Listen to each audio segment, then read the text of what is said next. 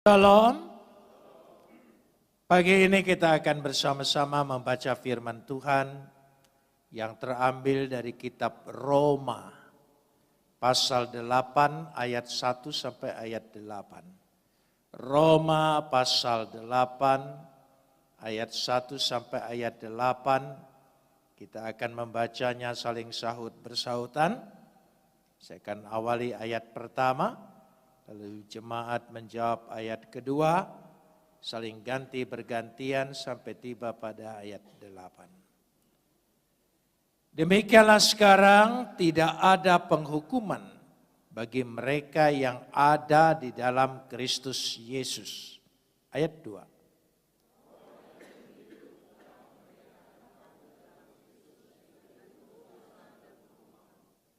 Sebab apa yang tidak mungkin dilakukan hukum Taurat karena tak berdaya oleh daging, telah dilakukan oleh Tuhan dengan jalan mengutus anaknya sendiri dalam daging yang serupa dengan daging yang dikuasai dosa.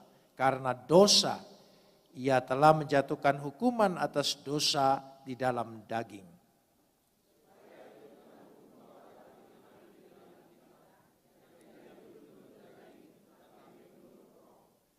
Sebab mereka yang hidup menurut daging memikirkan hal-hal yang dari daging.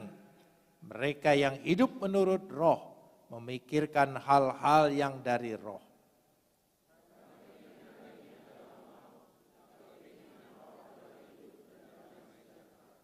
Sebab keinginan daging adalah perseteruan terhadap Tuhan, karena tidak takluk kepada hukum Tuhan. Hal ini memang tidak mungkin baginya.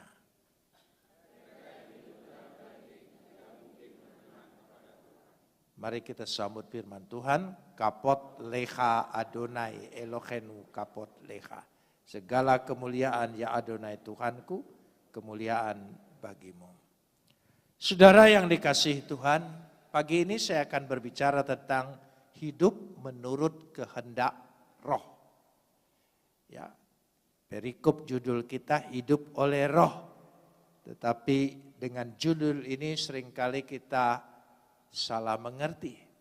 Tetapi lebih ingin saya rinci lagi, hidup menurut kehendak roh.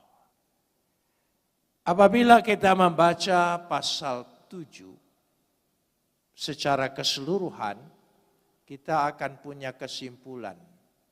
Inilah kesaksian orang yang berada di luar Kristus.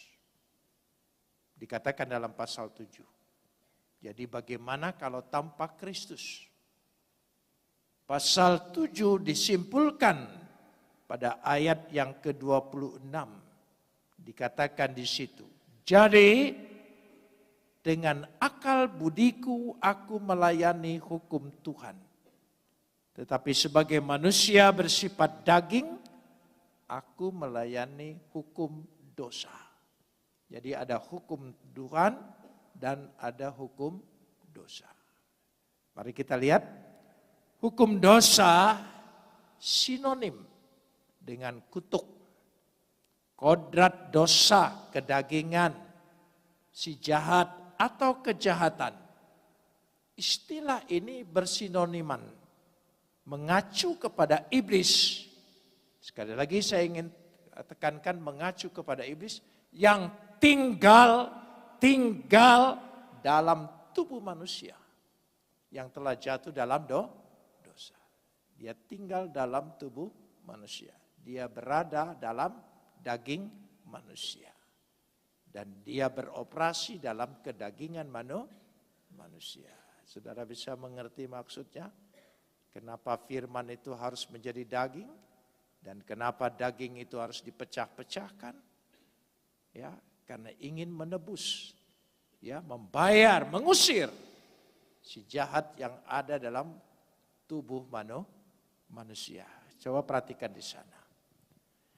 Kalau dikatakan demikian, karena itu pada ayat yang ke-1 sudah pernah saya jelaskan, tapi saya ingin ingatkan. Demikianlah sekarang tidak ada penghukuman bagi mereka yang ada di dalam Kristus Yesus. Amin, saudara. Tidak ada penghukuman bagi mereka yang ada dalam Kristus Yesus. Mungkin saudara berpikir sederhana sekali. Cukup berada dalam Yesus, bertobat, menjadi Kristen, dibaptis, selesai.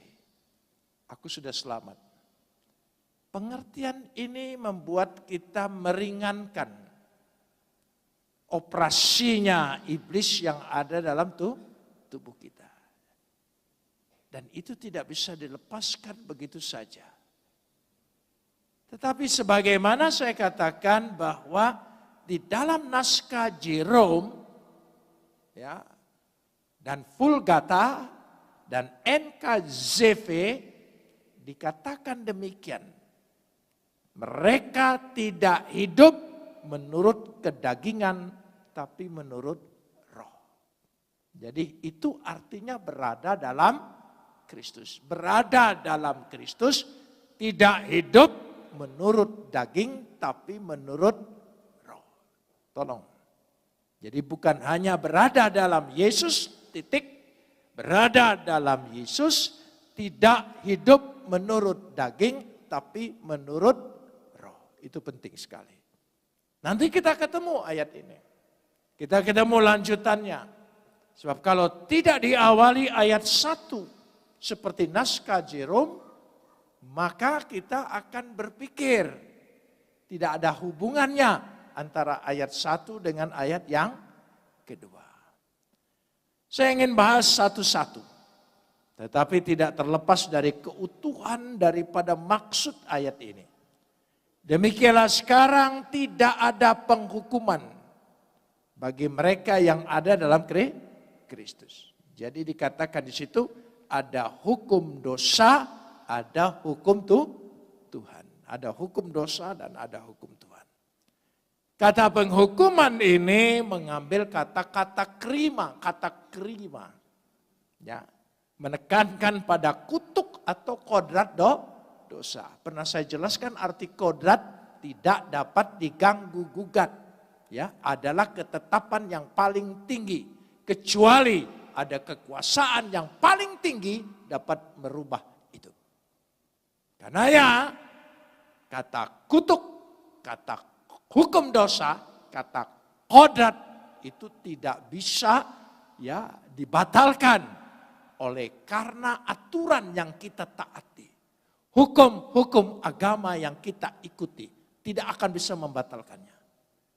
Dan sekaligus ikhtiar manusia, usaha manusia dengan perbuatan baik tidak bisa menyuap, tidak bisa membatalkan. Karena itu sudah bersifat hukum, kutuk, ya, kodrat. Kan kita sering dengar istilah itu, kalau sudah kodratnya artinya tidak bisa dirubah. Lalu bagaimana sekarang ini kalau kita melihat ayat ini? Ya, kata penghukuman. Jadi kembali lagi kepada kata penghukuman tadi. Bukan hanya mengacu kepada penghukuman yang objektif. Ya, di bawah keadilan hukum Taurat atau hukum Tuhan. Tetapi juga hukum yang subjektif. Jadi ada dua. Pembebasan ini berlaku ada dua sisi. Hukum secara objektif, secara lahiriah, apa yang pernah kita lakukan? Perbuatan-perbuatan daging ini yang pernah kita lakukan dan itu ditebus. Kita tahu, tapi ada perbuatan-perbuatan subjektif di dalam hatimu, batinia manusia. Dan itu tidak bisa dirubah. Kita ingin jelaskan dulu kata penghukuman ini. Mari saya ajak kita membaca Roma pasal 1 ayat 18. Tolong ditayangkan Roma pasal 1 ayat 18. Kita lihat dulu urutannya. Ya, kita lihat dulu urutannya. Bagaimana dikatakannya? Sebab murka Tuhan nyata dari sorga atas segala kefasikan, kelaliman manusia yang menindas kebenaran dengan kelaliman. Kelaliman itu kejahatan manusia. Ini objektif. Manusia lalai, manusia bertindak, manusia berbuat secara lahiriah, itu objektifnya. Dan Tuhan murka atas itu. Kita lanjutkan sekarang ini, yaitu Roma pasal 3 ayat 20. Roma pasal 3 ayat 20. Kita lihat urutan ini dulu. Makanya saya katakan membahas satu persatu tapi tidak lepas dari keutuhan maksud surat Roma. Ya. Roma pasal 3 ayat yang ke-20. Sebab tidak seorang pun dapat dibenarkan di hadapan Tuhan oleh karena apa? Melakukan hukum Taurat. Karena justru oleh hukum Taurat orang menjadi jelas dirinya berdosa. Jadi hukum Taurat sebagai pembesar bahwa manusia tidak mampu menyatakan diri manusia, dia tetap hidup dalam berada dosa. Itu hukum. Jadi disatakan tidak pernah dibenarkan. Itu kita lihat. Mari kita lihat lagi, yaitu Roma pasal 5 ayat 16. Roma pasal 5 ayat 16. Kita lihat dulu. Ya, siapa yang bisa bebaskannya? Dan kasih karunia tidak berimbang dengan dosa satu orang. Sebab penghakiman atas satu pelanggaran itu telah mengakibatkan penghukuman. Tetapi penganugerahan karunia atas banyak pelanggaran itu mengakibatkan pembenaran. Saudara, coba simak dengan baik. Ya, simak dengan baik. Kalau kurang jelas kita majukan ayat 18. Jadi di situ ayat-ayat itu. Ayat 18, Roma pasal 5 ayat 18, kita lihat di sini. Sebab itu sama seperti satu pelanggaran semua orang beroleh penghukuman, demikian pula oleh satu perbuatan pembenaran, semua orang beroleh pembenaran untuk hidup. Maksudnya apa? Dari semua ayat ini. Bahwa karena pelanggaran Adam. Pelanggaran Adam. Maka kita telah kehilangan kemuliaan Tuhan. Sudah saya jelaskan itu. Ya, kita sudah tidak lagi memiliki kemuliaan Tuhan. Gambar dan rupa Tuhan tidak ada lagi. Kita gambar dan rupa manusia, derajat kita sama dengan binatang. Ya, dari situ letaknya. Tetapi karena satu orang, Firman yang menjadi manusia, dengan perbuatannya kita percaya padanya, kita dibenarkan. Jadi ada pembenaran bukan datang dari bawah, tapi datang dari atas. Karena kuasa pembenaran dari atas itulah kita bisa dibenarkan. Sekali lagi, kita bisa dibenarkan. Bukan kita benar, tapi kita dibenarkan. Karena itu kita dituntut untuk hidup di dalam kebenaran. Bisa dimengerti maksudnya? Kita dituntut karena kita ini dibenarkan, maka rasa terima kasih, rasa syukur kita kepada pembenaran yang kita tidak mungkin dibenarkan menjadi dibenarkan, maka kita harus hidup dalam kebenaran. Itu maksudnya. Jadi ini penting sekali. Supaya kita mengerti kekristenan itu tidak sesederhana apa yang kita pahami. Apa yang kita pikir. Saudara. Karena itu banyak yang terpanggil tapi apa? Sedikit yang terpilih. Saya perlu mengingatkan ini. Firman Tuhan itu begitu tegas sekali. Apa maksudnya? Kita lanjutkan sekarang ini. Ya, kalau kita sudah melihat di sana. Artinya termasuk penghukuman subjektif dalam hati nurani kita. Ya. Adalah akibat kita dikalahkan secara batinia oleh hukum dosa. Ya, oleh hukum dosa. Kejahatan, sekali lagi, kejahatan yang berhuni di dalam diri kita. Dosa, hukum dosa, iblis, tadi sudah sinonim semua. Jadi dikatakan kejahatan yang berhuni dalam diri manusia berdosa. Katakan bersama, kejahatan yang berhuni dalam diri manusia. Siapa yang bisa mengeluarkan? Siapa yang bisa membebaskan? Hukum objektif kita sudah ditebus. Daging dengan daging. Hukum subjektif kita juga ditebus. Melalui apa? Roh yang menghidupkan. Di sini letaknya. Kenapa dua pribadi ini kita imani? Karena dua pribadi ini berkarya sangat besar untuk menjaga kehidupan kita hidup dalam kebenaran. Karena itu tidak bisa secara lahiriah saja kekristenan itu. Tidak bisa juga secara batiniah saja. Karena kita bukan agama kebatinan. Tapi dua-duanya berjalan. Dan dua-dua pribadi itu datang dari mana? Dari surga. Datang dari siapa? Dari diri Bapa itu sendiri. Itu yang dapat merubah kutuk dan kodrat. Jadi ini. Roh Kudus itu dengan demikian dikatakan dengan jelas. Kenapa saudara? Sebab tidak mungkin bisa orang membebaskan. Karena dia berhuni dalam diri manusia. Coba kita lihat dulu. Roma pasal 7 ayat 17 dan 18. Roma pasal 7 ayat 17 dan 18. Kita lihat dulu ayat ini. Supaya nanti ketika kita membahas bacaan kita kemudian kita mengerti. Ya. Kalau demikian, bukan aku lagi yang memperbuatnya. Tolong sambung. Tetapi apa? Tetapi apa? Dosa. Dosa yang ada dalam diriku. Dia yang berbuat. Dia yang berkuasa. Dari situ kita selalu gagal kan? Hidup dalam kebenaran. Ayo jujur. Kita gagal. Punya keinginan, punya kemauan.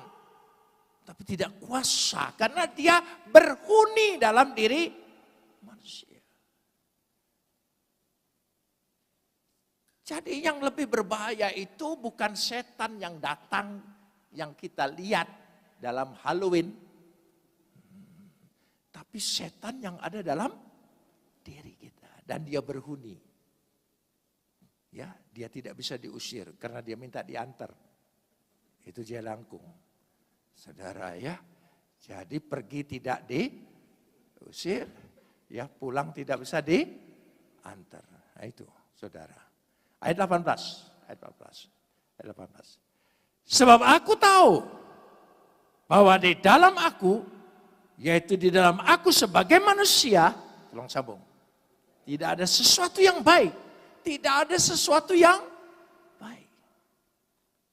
Sebab kehendak memang ada di dalam aku, tetapi bukan hal berbuat apa yang baik. Kehendak berbuat baik ada. Tapi aku tidak bisa berbuat yang baik. Ini penting. Menerima Roh Kudus itu sangat penting. Secara lahiriah kita sudah Kristen, sudah bertobat, lahir baru, silakan. Tapi secara batinnya, subjektif. Apakah diri kita, roh kita, spirit kita terlepas. Untuk membebaskan itu harus ada roh yang lebih besar. Mengusir roh yang ada dalam diri kita. Tidak ada roh yang lebih besar daripada roh Tuhan itu sendiri. Nah itu. Ini yang intinya dulu. Tentang Roh Kudus. Sering kita dilupakan Roh Kudus hanya kita pikir baptisan Roh Kudus, urapan Roh Kudus, bahasa karunia Roh Kudus, itu yang kita lihat. Ya, terus terang ini bunga-bunganya saja. Intinya, esensi daripada pekerjaan Roh Kudus. Itu yang terpenting. Itu yang terpenting. Kita lanjutkan sekarang. Roma pasal 7 ayat 20. Ayat 20 sampai 24. Ayat 20. Roma pasal 7 ayat 20. Coba kita lihat, ayo. Ya. Ayat 20. Jadi, jika aku berbuat apa yang tidak aku kehendaki, kan perbuatan kita ini sebetulnya tidak kita kehendaki. Karena itu kita menyesal kan, setiap kali kita melakukan kesalahan, dosa di hadapan Tuhan, kita ada rasa penyesalan. Kenapa demikian? Jadi jika aku berbuat apa yang tidak aku kehendaki, maka bukan aku yang memperbuatnya. Tolong sambung. Itu. Dosa yang ada dalam diri kita. Ini penting. Coba pikirkan. Ini pergumulan yang panjang. Tapi Roh sanggup membebaskan kita. Amin. Kuasa darah Yesus, hukum objektif kita sudah ditebus. Hukum subjektif, terima Roh Kudus. Karena dua pribadi ini tidak bisa dipisahkan pekerjaannya. Satu dengan yang lain. Karena itu. Lanjutkan ayat 21. Ayat 21. Ya. Demikian aku dapati hukum ini. Jika aku menghendaki berbuat apa yang baik, tolong sambung. Itu pengalaman kita semua kan. Ya. Aku ingin berbuat baik, tapi yang keluar perbuatan jahat. Karena dia masih berhuni. Ya. Tubuh kita ini masih dihuni. Kita perlu ada penghuni yang baru, yang lebih besar, yang sanggup mengusir penghuni lama. Itu. Jadi kalau saudara tidak terima Roh Kudus, gak bisa. Ini yang dimaksud esensi mengerti tentang Roh Kudus. Ayat 22. Kita lanjutkan ayat 22. Sebab di dalam batinku, aku suka hukum Tuhan. Dalam batin, aku suka. Aku rindu ingin jadi orang baik. Ingin hidup dalam kebenaran. Itu kerinduan kita semua kan. Karena kita sudah dibenarkan. Ayat 23, dilanjutkan. Tetapi di dalam anggota-anggota tubuhku, aku melihat hukum lain yang berjuang melawan hukum akal budiku. Ya, dan membuat aku menjadi tawanan hukum dosa yang ada dalam apa? Anggota tubuhku. Ini kenyataannya. Makanya saya katakan pasal 7 adalah kesaksian dari orang yang tidak hidup dalam Kristus. Siapa yang sanggup? Semua orang rindu berbuat baik. Semua orang ingin jadi lebih baik. Ya. Karena tidak bisa lepas. Karena dia begini kan. Masih ingat ilustrasi saya? Karena dia begini. Dia tidak bisa begini. Nggak bisa mengampuni, nggak bisa ini, nggak bisa. Semua nggak bisa. Menjadi tawanan hukum dosa yang ada di dalam anggota-anggota tubuhku. Ayat 24. Ya, aku manusia apa? Celaka. Siapakah yang akan melepaskan aku dari tubuh maut ini? Siapa? Sokrates berpikir, jika nyawaku sudah keluar dari tubuhku, maka aku bebas. Tidak bisa. Hukum dosa subjektif tetap dia harus bertanggungjawabkan. Iri hati, kejahatan dalam hati, dendam. Jangan saudara pikir itu tidak diperhitungkan. Dan kenapa kita tidak bisa hilang dari iri hati? Karena tidak ada roh yang besar sanggup mengusirnya. Karena tidak mungkin ada dua roh hidup dalam satu rumah. Tidak mungkin. Hanya salah satu. Tetapi kalau saudara rindu mengundang Roh Kudus, menguasai, diam. Berulang saya katakan, oikos pneuma matos. Oikos. Ya, oikos itu rumah, kediaman. Jadi roh itu diam, bukan hinggap, bukan menclok. Saudara, waktu mau ibadah kita panggil Roh Kudus, sudah keluar ibadah dia terbang lagi, nanti ibadah panggil lagi. Saudara,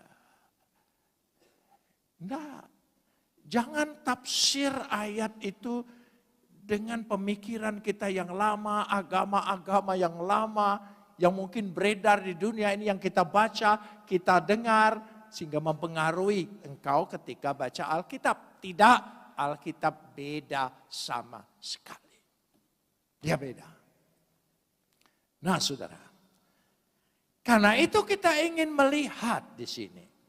Ya, darah Kristus itu telah menyalibkan, menyelesaikan kita dari hukum objektif.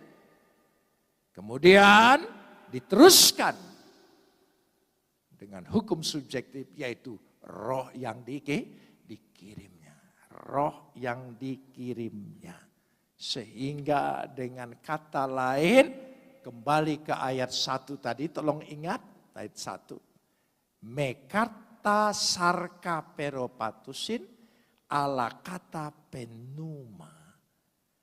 Tidak hidup menurut daging, tapi hidup menurut roh. Itu dia maksudkan. Jadi mereka hidup tidak menurut daging, tapi menurut roh. Ya, arti hidup di dalam Kristus, kembali lagi, dalam apa yang dimaksudkan hidup dalam Kristus? Tois and Christo. Tois and Christo. Karena pasal ini membicarakan berada di dalam Kristus, berarti berada seperti roh Kristus. Ya. Tidak dalam daging tapi dalam roh. Kan Yesus kan seperti itu, tidak dalam daging tapi dalam roh. Sebab kalau ini tidak bisa kita lakukan. Saudara, jangan ngaku-ngaku kita sudah diselamatkan, jangan-jangan kita juga belum diselamatkan. Karena itu kita harus rendah hati memeriksa diri kita. Kalau saya baca 1 Yohanes pasal 2 ayat 6. 1 Yohanes pasal 2 ayat 6, tolong ini jadi ayat emas kita, renungkan pulang nanti. Ya, 1 Yohanes 2 ayat yang ke-6. Barang siapa mengatakan bahwa ia ada di dalam dia. Tolong sambung. Ia wajib hidup sama seperti Kristus hidup. Berat kan? Berat. Mungkin kan? Tidak mungkin. Tapi Roh Kudus yang meringankan, yang memungkinkan. Karena itu undang dia. Terus kuasai diri kita. Amin. Itu yang penting. Esensi itu yang kita mengerti. Ya, bukan roh kesurupan, bukan. Bukan itu yang ditekankan. Ya, dikatakan. Kita tegaskan lagi. Yohanes 16 ayat 13. Yohanes 16 ayat 13. Kita lihat dulu. Ya. Kita lihat dulu. Yohanes 16 ayat 13. Tetapi apabila ia datang, yaitu roh kebenaran. Tolong sambung. Ia akan memimpin kamu dalam seluruh kebenaran. Kan supaya kita bisa hidup dalam kebenaran. Dia yang akan pimpin kita. Jangan khawatir. Dia tahu kemampuan kita. Dia tahu kelemahan kita. Tapi ketika dia bebaskan, dalam tubuh kita berhuni, diam. Yang mengganggu kehidupan tubuh kita, kanker. Dioperasi, perlu dibuang enggak? Perlu enggak saudara minta dengan dokter? Dokter tinggalin sedikit kok. Dia berkembang lagi enggak? Berkembang lagi. Berkembang lagi. Besar. Lebih besar lagi, lebih menyebar lagi, lebih cepat lagi. Dan akhirnya orang itu mati. Jadi kalau Tuhan operasi kita, ada enggak operasi itu yang ringan? Kecuali kalau kukumu bengkak. Tapi semua operasi menyakitkan. Jadi ada hal-hal yang menyakitkan datang dalam hidup kita. Tuhan sedang mengoperasi kehidupan kita. Supaya yang di dalam berhuni itu keluar. Dan jangan minta dengan Tuhan. Tuhan sisakan sedikit. Jangan. Ya, ambil total Tuhan. Supaya tidak datang lagi, tidak berkembang lagi. Ya, masih ayatnya, tolong dilihat. Ya, memimpin seluruh kebenaran. Sebab ia tidak akan berkata-kata dari dirinya sendiri. Tapi segala sesuatu yang didengarnya itulah yang dikatakannya. Tolong sambung. Ia akan memberitakan kepadamu. Apa? Apa? Sekarang apa yang kita pikir? Oh, akhir zaman. Bukan. Jangan sedikit-sedikit yang datang, yang akhir zaman. Orang Kristen ini sedang kerajingan akhir zaman. Ya, zaman dah akhir-akhir loh. Saudara ya, hidup sekarang. Dia akan memberitakan hal-hal kepadamu yang akan datang. Yaitu sesuatu yang baru. Pembaharuan dalam dirimu. Dia akan, sebetulnya bukan hanya memberitakan. Dia akan memberikan hal-hal yang akan datang. Tanpa diduga. Kita sudah bisa menjadi orang hidup dalam kebenaran. Karena faktor siapa? Faktor siapa? Roh Kudus. Sekali lagi faktor siapa? Amin. Yesus, Firman, Roh Kudus, Roh Tuhan. Dua pribadi ini dikirim kepada kita supaya sempurnalah keselamatan kehidupan kita. Bukan kita hanya diselamatkan di awal, tapi dalam kehidupan kita gagal. Kita diselamatkan dalam kehidupan kita. Luar biasa. Luar biasa. Baru ayat yang kedua. Ayat yang kedua. Ya, saya sudah pikir-pikir lambat sedikit tidak apa-apa. Ya, ayat yang kedua. Ini baru ayat 1 tadi dibahas. Ya, belum ayat kedua. Ayat kedua. Ya, ayat yang kedua. Sebab Roh yang memberi hidup, tolong sambung, telah memerdekakan kamu. Apa? Roh yang memberi hidup telah memerdekakan kamu. Ya. Dalam Kristus. Dari hukum dosa dan hukum maut. Roh. Saya baca di sini. Hogar nomos tu pneumatos. Ya, tolong tadi ayatnya, ayat yang kedua. Ya, ayat yang kedua supaya kita bisa lihat di situ. Nomos tu pneumatos, nomotu. Sebetulnya dikatakan di sini hukum roh. Hukum roh. Kan ada hukum dosa, ada hukum roh. Ada kodrat dosa, ada kodrat roh. Ada kodrat ilahi. Dikatakan di situ. Ya. Telah membebaskan kamu dari hukum dosa dan hukum maut. Hukum roh. Ya, hukum roh. Ya, dikatakan hukum roh. Tes zoes. Memberi hidup. Kalau saya baca di sini, bukan memberi hidup. Dua-duanya. Memberi kehidupan. Hidup diberikan dan sekaligus dia memberikan apa? Kehidupan. Barang siapa percaya, tidak binasa, melainkan beroleh hidup yang kekal. Amin, saudara. Selanjutnya, kita perlu menjalani apa? Kehidupan. Maka terjemahan ayat ini lebih cocok ke bahasa Indonesia yang paling lama. Hayat. Hayat itu bukan hanya hidup, tapi juga kehidupan. Orang yang SR sejaman saya masih ingat ada ilmu hayat? Ada ilmu hayat. Dulu terlalu banyak ilmu. Saudara, ya makanya kita jadi blenger. Ilmu semua saudara ya. Ilmu ya. Dan capek lagi mengejar ilmu. Ilmu dikejar terus.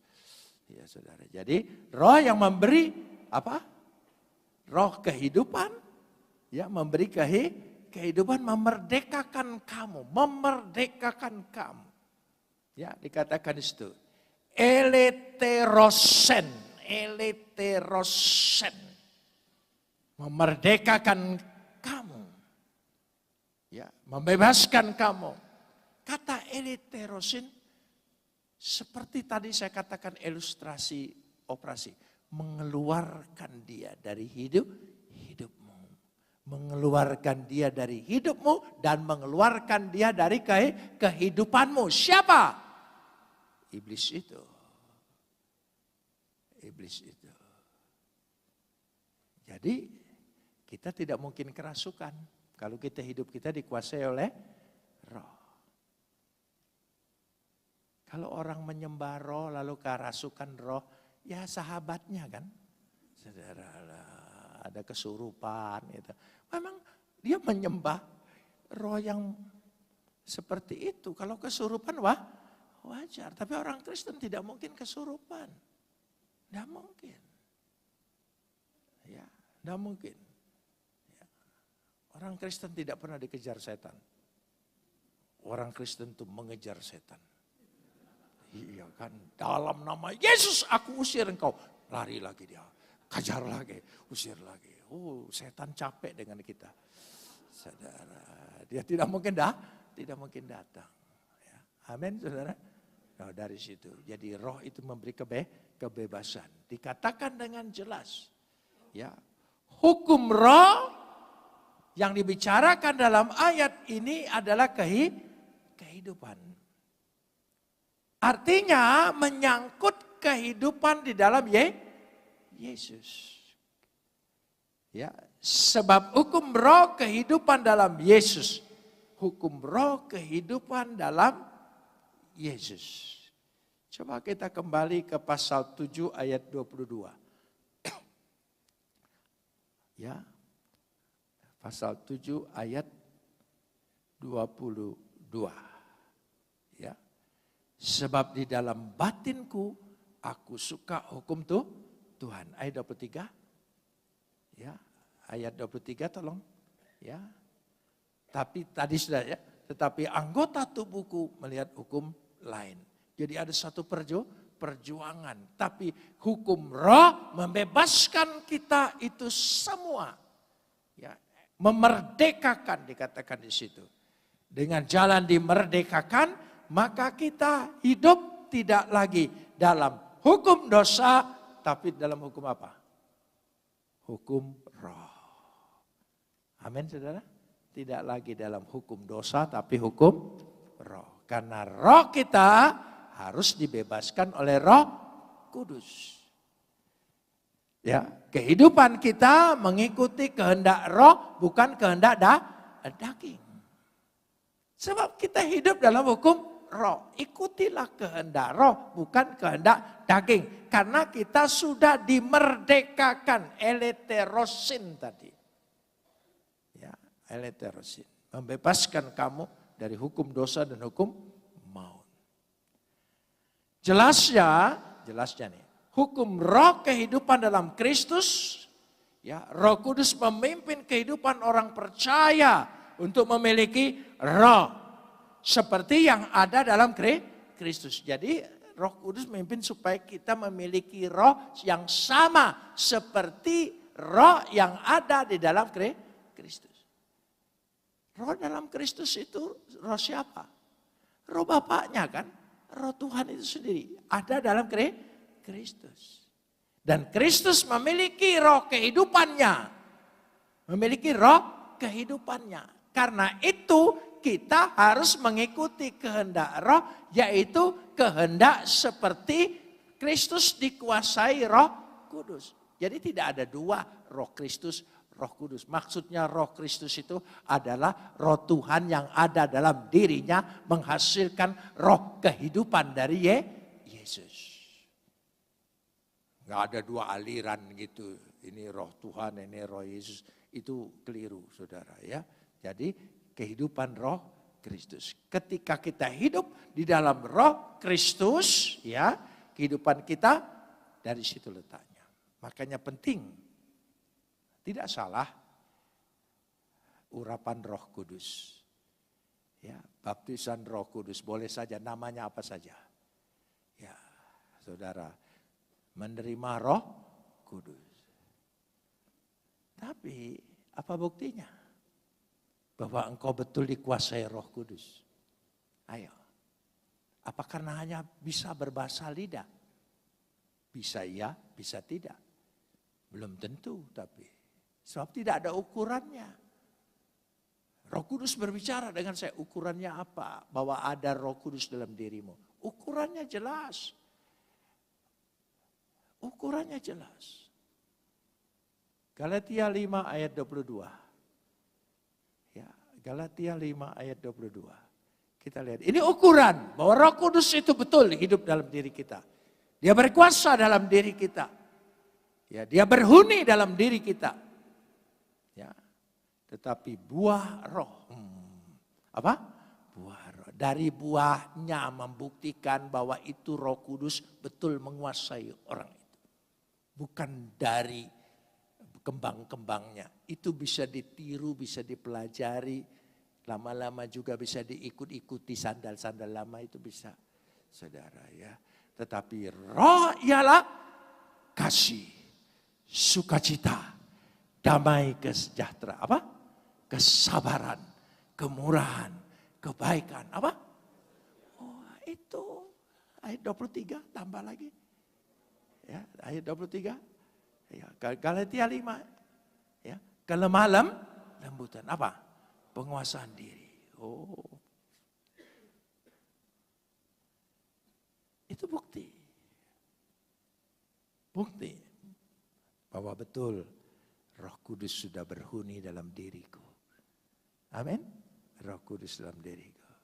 Tapi kadar lemah lembutnya masih sedikit, nggak apa-apa. Roh Kudus tahu bulan depan dia servis tambah besar lagi. Ya kan? Servis lagi tambah besar lagi. Yang penting ada perubahan. Lemah lembutnya makin derajatnya lebih besar. Nah sekaligus besar, nggak bisa langsung. Nggak bisa. Ya, nggak bisa. Dia menguasai. Pelan-pelan dia kuasai. Roh Kudus bekerja itu paling sulit. Di Indonesia ini dengan dua suku. Suku Batak. Paling sulit bekerja. Untuk suruh lemah lembut, aduh. Orang Tondano itu juga susah. Saudara, ya. Gitu. Tapi saya percaya kalau dia berkuasa kan tadi. Dia memimpin kita kepada kebenaran. Dia yang pimpin. Ya. Ayat 20 tadi coba jangan dihilangkan dulu. Ya. Jadi lemah lembut, penguasaan diri. Tidak ada hukum, mana maksud di sini? Tidak ada hukum dosa yang menentang hal itu. Kalau itu jadi buahnya, buktinya. Dia harus berseberangan. Kalau kita dikuasai roh, dia harus berseberangan dengan Galatia 5 ayat 21. Dia harus berseberangan, dia harus beda identitasnya, cirinya. Ya, Galatia 5 ayat 21. Dia harus berseberangan dengan ini. Apa?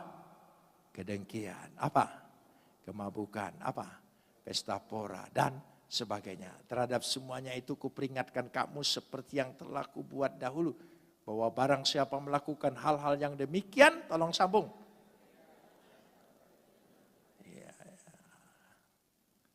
Coba ayat ini, kita kira-kira berat kemana bandulnya? ke ayat 22. Ya tadi ya. Ayat apa?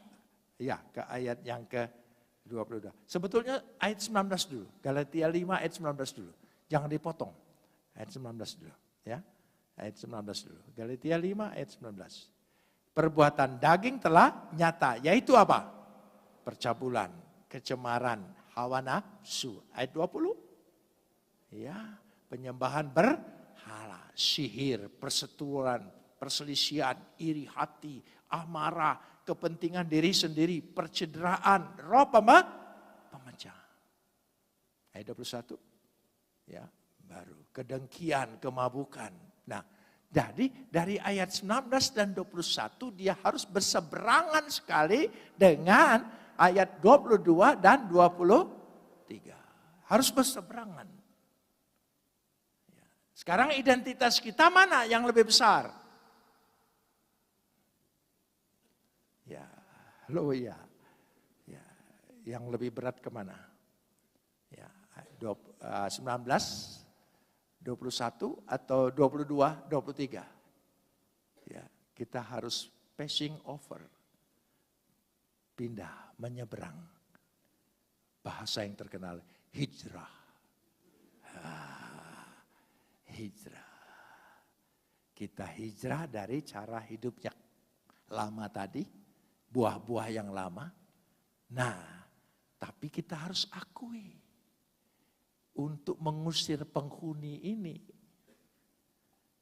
Saya ini ngalamin kasih tempat dengan orang, ingin diusir harus ada uang kerohiman. Lama sekali. Alot hubungannya itu. Saudara. Tapi tidak apa-apa. Ya. Tapi nyata ada perpindahan. Perpindahan. Nah, ada perubahan. Artinya kadar ayat 21 sampai 19 sampai 21 hari lepas hari makin kurang. Kadar ayat 22-23 hari lepas hari makin bertambah. Sekarang saya tanya, mana yang lebih banyak tambahnya? Itu bukti engkau hidup dalam Kristus dan engkau hidup dalam menurut kehendak Roh. Enggak bisa ditipu. Ya, enggak apa-apa. Tuhan tahu prosesnya. Dia tahu memproses. Dia paling tahu pribadi kita. Engkau dipilih sebelum dunia dijadikan. Bayangkan, itu Bapak, saya sangat percaya. Saya sudah dipilih sebelum dunia dijadikan. Kenapa? Dia Tuhan. Dia tahu detail-detailnya. Saya bakal punya anak berapa, cucu berapa, buyut berapa. Di sana sudah ada. Enggak mendadak, Tuhan itu enggak pernah mendadak. Dia punya rencana, jadi dia sudah pilih. Sebelum dunia dijadikan. Oh, dia pilih kita. Ya, dia tahu. Sekarang dia sedang apa? Memproses kita. Lewat apa? Roh Kudus. Memimpin kamu dalam kebenaran. Oh, dia terus beroperasi. Yang penting kita makin hari memang makin berubah. Ayat 19-21 kadarnya makin kurang. Ayat 22-23 kadarnya makin tambah. Amin saudara. Ya, beri kesempatan Roh Kudus beroperasi dalam diri kita. Beri kesempatan dia. Kalau kita terlalu bandel, oh dia diperhadapkan kita yang sangat menyakitkan. Gak apa-apa. Saudara, kayaknya kita punya masalah gak habis-habis gitu. Oh dia sedang proses kita. Itulah yang kata Paulus. Ada duri dalam dagingku, tapi belum lepas aja. Ya, penyakit maksudnya. Tuhan taruh itu supaya harus orang Farisi dia itu. Ya, taat hukum Taurat, pemimpin, ganas. Ya, berubahnya tuh prosesnya. Makanya Paulus nulis semuanya itu. Inilah yang dari Tuhan pengalaman kepada kita. Dahsyat. Luar biasa. Dan saya percaya, amin, di ujung sana Tuhan yang menyempurnakan kebenaran itu. Mau buka hati kita buat Roh Kudus? Mau buka hati kita buat Roh Kudus? Amin. Buka hati kita buat Roh Kudus. Ya, gampang omongnya. Buka hati Roh Kudus. Bilang gini, Tuhan, jika tidak memang bisa, cabutlah. Gigi yang rusak harus dicabut. Sakit. Sakit. Siapa bilang gigi dicabut tidak sakit? Oh, sekarang ada obatnya tidak sakit. Sudahnya? Ya, sudahnya harus pakai apa itu? Popstan? Iya, itu. Jakarta begitu panas ya. Saya sampai mikir kenapa matahari itu tidak minum paracetamol. Supaya agak sedikit turun gitu ya. Gitu loh. Ya, ini sampai di situ. Jadi Roh Kudus tadi ya. Sebab, nah, karenanya kita lanjut ayat yang ketiga. 3 dulu, ayat yang ketiga. Masih ayat yang ketiga ini. Ya. Sebab apa yang tidak mungkin dilakukan hukum Taurat, karena tak berdaya oleh daging, telah dilakukan Tuhan. Ya. Apa yang dilakukan? Tidak berdaya. Tidak berdaya oleh hukum Taurat. Hukum Tuhan pada hal ini. Dia tidak berdaya. Ya, saya ingin jelaskan. Sebab hukum Tuhan Taurat itu harfiah. Dia mati. Tidak memiliki kekuatan kehidupan. Ini hukum Taurat nih. Kita baca. Kita ingin taat. Tapi dari hukum Taurat yang kita baca ini, dia tidak mensuplai kekuatan dalam diri kita. Supaya kita kuat mengikutinya. Tidak ada. Hanya huruf mati. Itu hukum. Tapi roh yang menghidupkan. Kristus firman Tuhan yang hidup. Ya, ketika kita percaya dengan dia dan percaya dengan sabdanya, dia tidak huruf mati. Karena ada Roh Kudus yang menghidupkannya. Sehingga kita disuplai kekuatan kita untuk melawan dosa yang ada dalam diri kita. Amin saudara. Itu bedanya. Itu bedanya hukum Taurat dengan kasih karunia Yesus. Yang memberikan kekuatan. Itu yang dimaksud ayat 3. Itulah yang dimaksudkan ayat yang ketiga tadi. Ya, dia dikatakan situ. Dengan jalan mengutus anaknya sendiri dalam daging yang serupa dengan daging ya, yang dikuasai dosa, karena dosa ia telah menjatuhkan hukuman atas dosa di dalam daging. Kristus firman Tuhan yang menjadi daging. Ya, tapi dia tidak berdosa, tapi dia menyamakan dirinya untuk supaya bisa membersihkan kita dari dosa. Ya, ayat yang keempat, supaya tuntutan hukum Taurat digenapi di dalam kita dan tidak hidup menurut daging tetapi hidup menurut roh. Ayat yang keempat. Ya, tidak hidup menurut daging tapi hidup menurut roh. Kembali lagi ayatnya. Tois me kata sarka perepatosin ala kata penoma. Ternyata di ayat 4 itu ada yang berhubungan dengan ayat 1. Ya, karena itu teks Jerome saya berpikir karena ayat selanjutnya ada, maka dia taruh dari awalnya supaya kita tahu tema maksudnya. Ya, sebab ya ayat yang kelima, mereka yang hidup menurut daging memikirkan hal-hal yang daging. Apa memikirkan? Tates sarkos penosin, memikirkan hal-hal untuk memuaskan tubuh kita, daging kita. Dan dia tidak pernah puas. Coba ikutin kemauan nafsu kita, kemauan daging kita. Gak pernah puas. Gak pernah puas.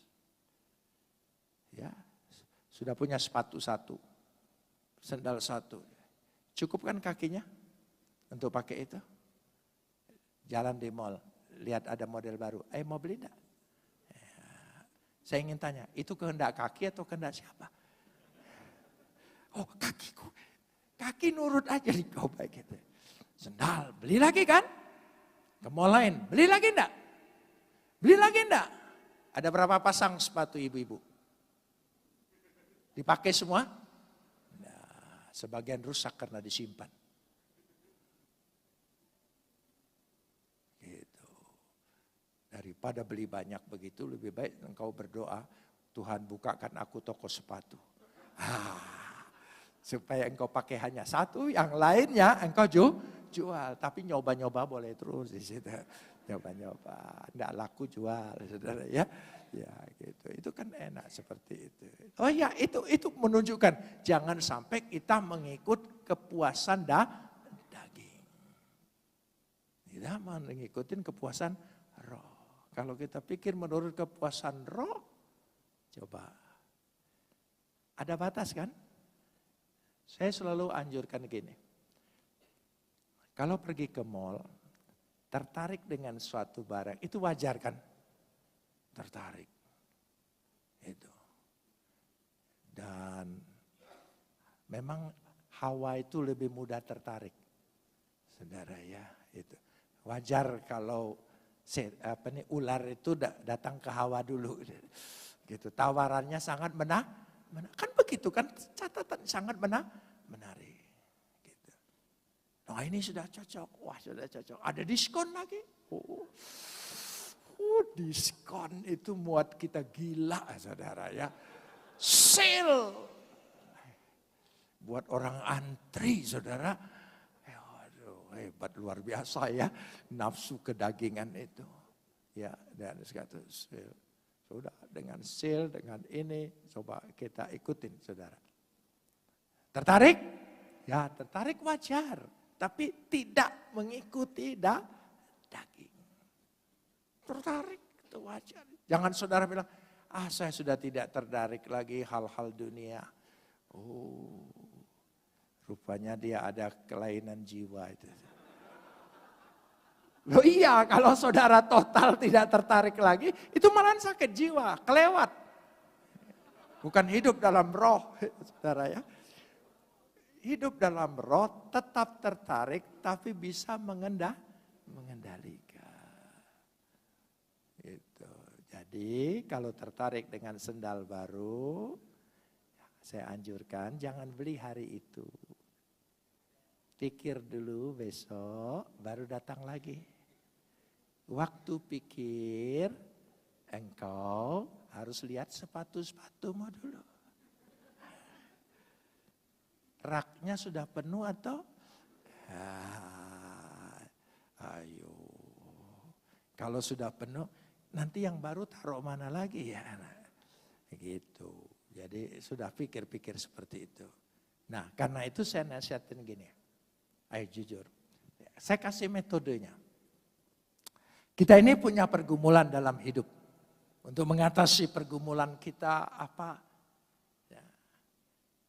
Coba saudara pulang dari sini ambil selembar kertas. Apa yang patut engkau syukuri? Karena Tuhan yang sudah memberi 5 hal. Coba.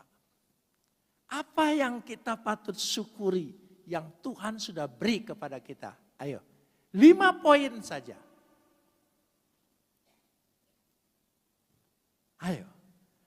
1, kesehatan. 2, apa lagi? Ya. Punya rumah. Ya. Kumpul keluarga. 3, apa lagi? Ayo. 5, masa enggak bisa bersyukur atas 5 hal yang kau miliki, yang Tuhan sudah beri? Ayo. Ya, punya keturunan, punya anak, ya, pinter-pinter, sehat-sehat. Yang punya harapan masa depan, punya istri yang cantik, manis, tidak pernah habis-habis manisnya. Loh iya. Istri itu setiap hari dipandang manisnya ada, baru lagi. Makanya awet kan? Gitu, saudara. Iya. Manis. Ya. Pintar masak lagi. Mantap. Ya, tidak goput terus. Kamu mati dengan cari istri yang jangan goput, saudara ya. Loh iya, itu penting. Maaf kalau saya nyindir, saudara ya. Iya itu. Sebab itu bumbu penyedap terus. Bahaya, saudara ya. Nah sudah, patut 5 hal ya. 3 hal apa yang kau inginkan, minta dengan Tuhan. Sebelum engkau minta, engkau bandingkan dulu. Bagaimana Tuhan tukar dari 5 ini ke 3 itu. Mau enggak? Baru saudara tidak banyak minta. Jangan saudara obral karena ada ayat, mintalah apa saja yang kau kehendaki, aku akan beri, minta apa saja, apa saja. Ya, itu sesuai dengan kehendak Tuhan. Bisa melihat saudara? Catat. Ya, 5 yang patut kita syukuri, yang besar-besar yang Tuhan sudah beri. 3 yang kita inginkan. Tuhan, aku ingin mobil. Tuhan bilang, boleh tukar dengan kesehatanmu. Mana pilih? Ayo saudara, ayo pilih. Ya, Tuhan, saya mau jalan-jalan. Boleh aku tukar dengan anak-anakmu? Ayo saudara, harus mikir gitu. 3. Nanti kita, rasa syukur kita lain coba. Kita ini karena sudah ada, tersedia, maka tidak pernah kita syukuri betul-betul kalau tidak dibandingkan. Karena sudah ada, seperti orang pakai perfume. Sehebat apapun perfumenya, dia pakai 2-3 hari. Tidak rasa baunya, orang lain yang menikmati. Oh harum, dia kurang. Keluar kamar, gitu. Kayaknya kurang bau. Datang lagi, kurang. Saudara. Karena sudah terbiasa. Jadi jangan-jangan kesehatan, keluarga, rezeki, tempat kediaman yang Tuhan sudah kasih, engkau sudah tidak bersyukur lagi. Yang dikejar, yang diinginkan saja. Mintalah apa saja, mintalah apa saja. Mumpung Tuhan bilang mintalah apa saja. Itu ayat nanti dibahas kapan-kapan. Apa sajanya itu apa? Gitu saudara, jangan saudara salah apa saja gitu saudara. Nah itu, jadi bisa mengerti? 5, 3. Lalu buat 10. Apa yang harus engkau perbaiki dalam hidupmu. Supaya hidup menurut kehendak Tuhan, kehendak Roh. 10. Apa? Gitu. Tuhan iri hati, panas hati. Ini masih perlu diperbaikin Tuhan. Masih panasan saya. Apalagi kalau ipar sudah pakai. Saya belum pakai. Aduh, panas Tuhan. Tidak bisa tidur Tuhan. Loh iya. Justru yang manas-manas itu tuh bukan orang jauh. Orang dekat. Saudara, ipar beli yang baru sengaja depan kita. Ya gitu. Ini obral. Ada sel. Gitu. Memang, sekarang ibu-ibu lebih pintar lagi. Cerdik bapak-bapak. Dia jarang lagi ke mall. Tapi kiriman datang terus tiap hari.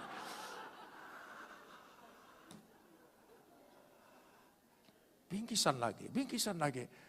Kamu ini kantor pos atau apa ya? Datang paket terus, saudara ya. Loh iya, pintar sekarang dia. Gitu. Nah, sudah sampai di situ dulu ya.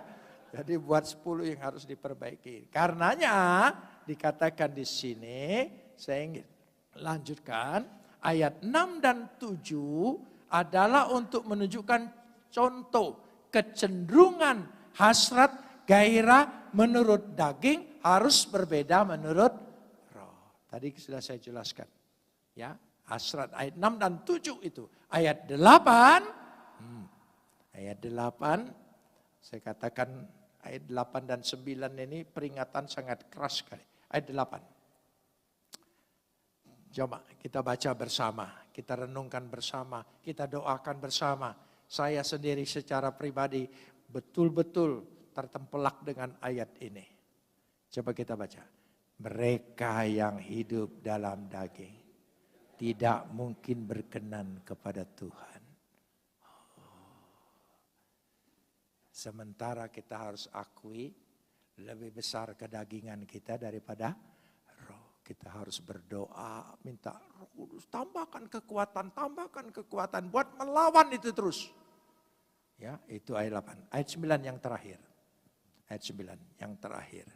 Ya, Roma 8 ayat 9. Tinggal tambah aja kok lama banget. Nah, ya itu. Tetapi kamu tidak hidup dalam melainkan dalam roh. Jika memang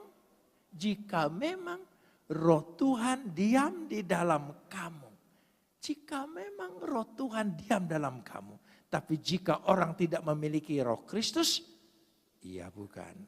Artinya jika orang tidak memiliki roh kehidupan Kristus, dia bukan milik Kristus. Karena 1 Yohanes pasal 2 ayat 8 ya tadi ya. Itu menjelaskan kita yang mengaku berada dalam Kristus harus hidup menurut Yesus.